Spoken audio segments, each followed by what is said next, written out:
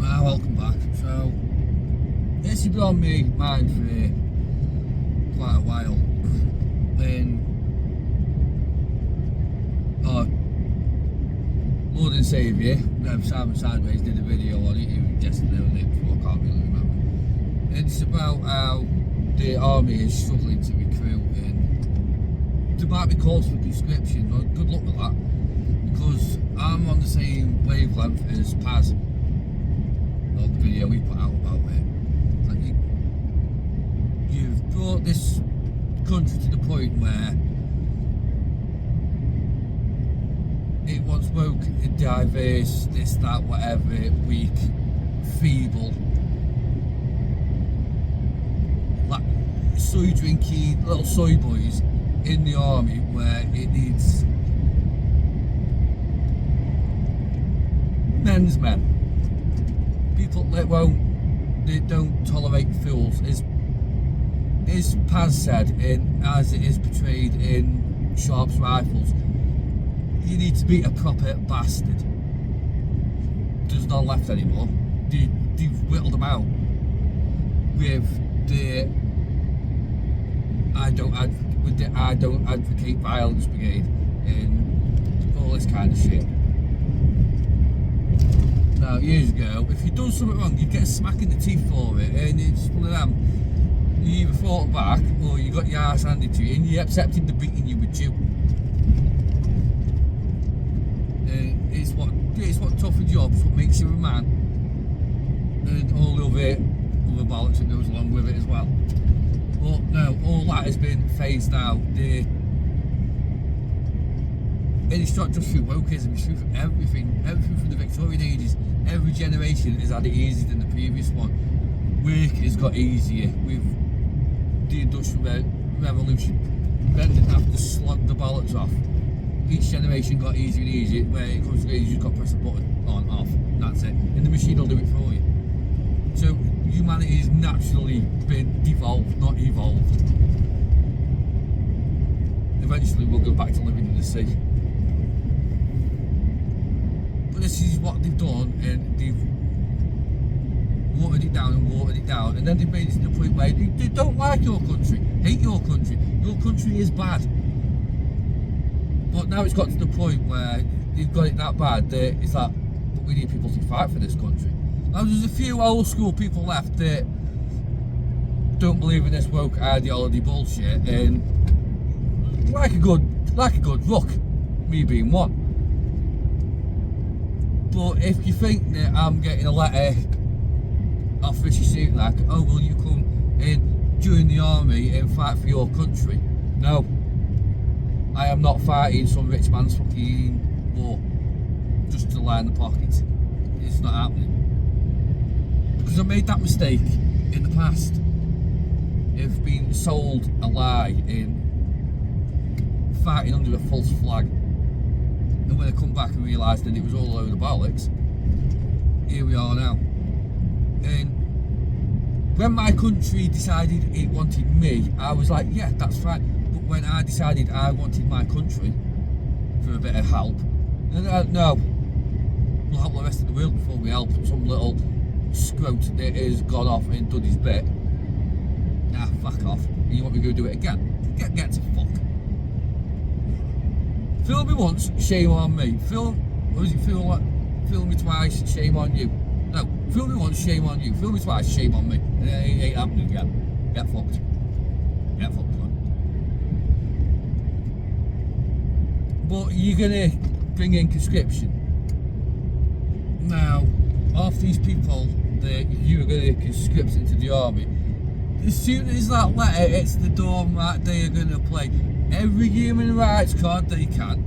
They are going to claim every mental illness they can, any disability unseen they can, because they will not do it and they will not be told, because they are little spirits.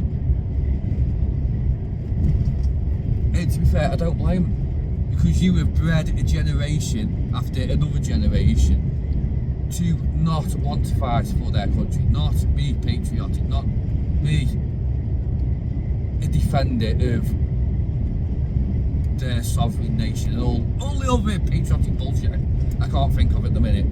You've bred it out of them, but now you want that's what you want them to be, because you want to make a few more billion. We're not all as thick as you like to think we are. Now don't get me wrong, a lot of the sleeping majority signed up to you about bullshit for quite an easy life, but inside they're raging. They've just got a better head gasket than I have, because mine keeps blowing. It's like a fucking K-series rover engine. It'll blow a gasket if you look at it.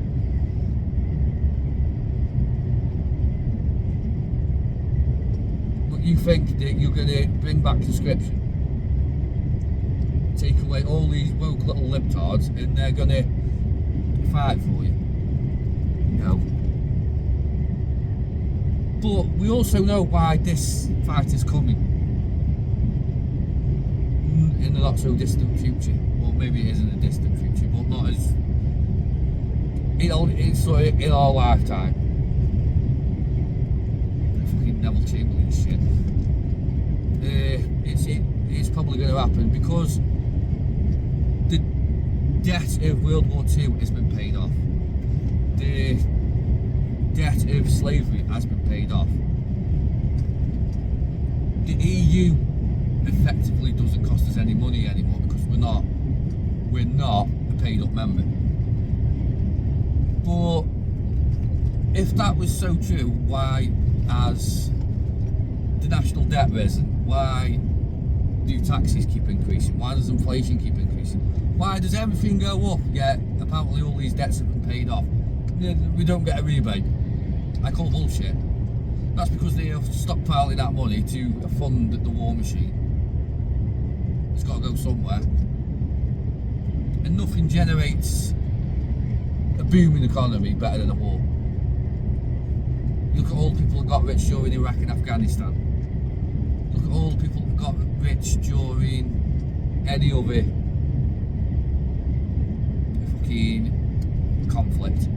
Fucking Lebanon, fucking Kuwait, Bosnia, all that shit. You go look at the people that made the fucking money. The Second World War, the First World War, fucking Korea, Vietnam, what other fucking ones?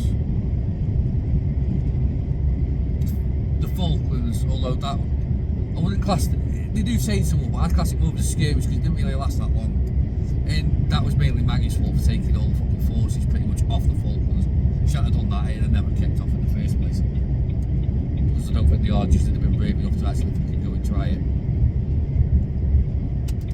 But when you leave 6 squaddies in a Land Rover on a fucking to defend a few islands from an entire nation, they're going to end well.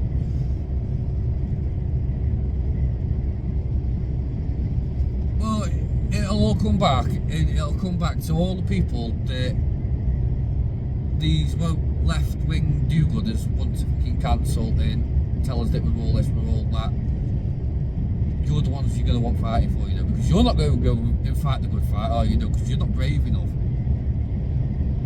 But you're brave enough to stand there and give a shit when we come back from doing it.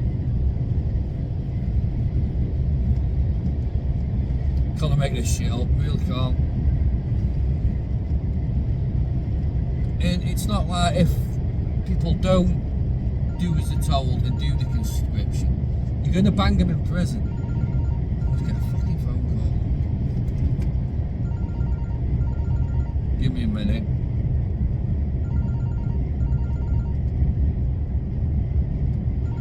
Take the message. There we go. So yeah, anyway, where was I up to? Yeah, conscription. These people that don't actually sign it and don't claim any, try to get a workaround by claiming human rights violations, mental illnesses, all this. They just basically say, I'm not doing it, fuck you. No, it's not happening. You can't threaten them with prison, can you? Because the prisons are full. No, oh yeah, but what about the super prisons they're building? They're not finished, so other than doing the case of something like the Dirty Dozen, there's your prison, you've got to finish building it. Everyone down tools are like, no, we're not doing that either. You can't because the people you have put into those positions of power to enforce law have been bred out of violence, out of their own wokeness. It's been bred out of them. They are full paid up LGB, flag waving, baton twirlers, woke libtards. They don't believe in violence. So you can't touch them. So they're just going to laugh at you. And then you're going to offer them community service. But there's going to be that many people doing community service. There's going to be a waiting list. So the community service sentences you're going to issue out is not going to be 100 hours community service or unpaid work. It's going to be 10 hours so you can get through. And when you're letting paedophiles and rapists off with a slap on the wrist, I don't think people turning around and saying fuck you to the government is going to really warrant any type of fucking prison sentence, is it? You can't. You're letting people get off with fucking rape and paedophilia, yet you're going to bang someone up for 10 years hard labour because they said no to go fight a fucking war on someone else to get rich.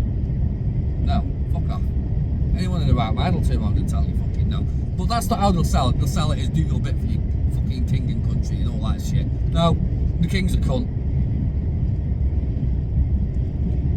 And if you want to know what the 3 reasons why war starts, it is wealth, religion, and I can't believe I remember the 3rd one. Oh, world population. That is it. They are the 3 reasons for any fucking massive conflict. World population, fucking wealth, or sort of like wealth, oil, greed, anything that ends in fucking money. That's the second one. And religion. And people say, oh yeah, but they're going to war over this. Like, whittle it fucking down, dig through all the shit and you'll find out it's all over fucking money. Oh, but they want more land. Why do they want more land? Oh, because then they get the oil rights. What does oil create? Money, wealth. So whichever way you slice it, and whichever way they try to sell it to you, it is over them 3 things. And for the world population, the world is overpopulated, but how do you cull a fucking species without genociding it? You get them go off and fight some for any fucking war that you've made up.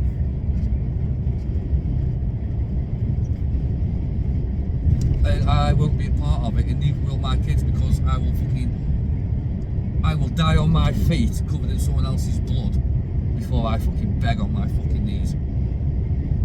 And I come into this world covered in someone else's blood. I have no problem going out the same fucking way. I never thought I would make it past the age of 27, so every day is borrowed time. Every day is a blessing. I live my life like it is my last day on earth. I don't give a shit. If I fucking die tomorrow, oh well, I've had fucking what? 10 years over my quota that I thought I was getting. So I ain't bothered. Anyway, I've ranted on long enough. I've wasted your fucking life. I'll catch you in another one, another day, another way. Bonjour, 10-4, I'll catch you on the flip-flop.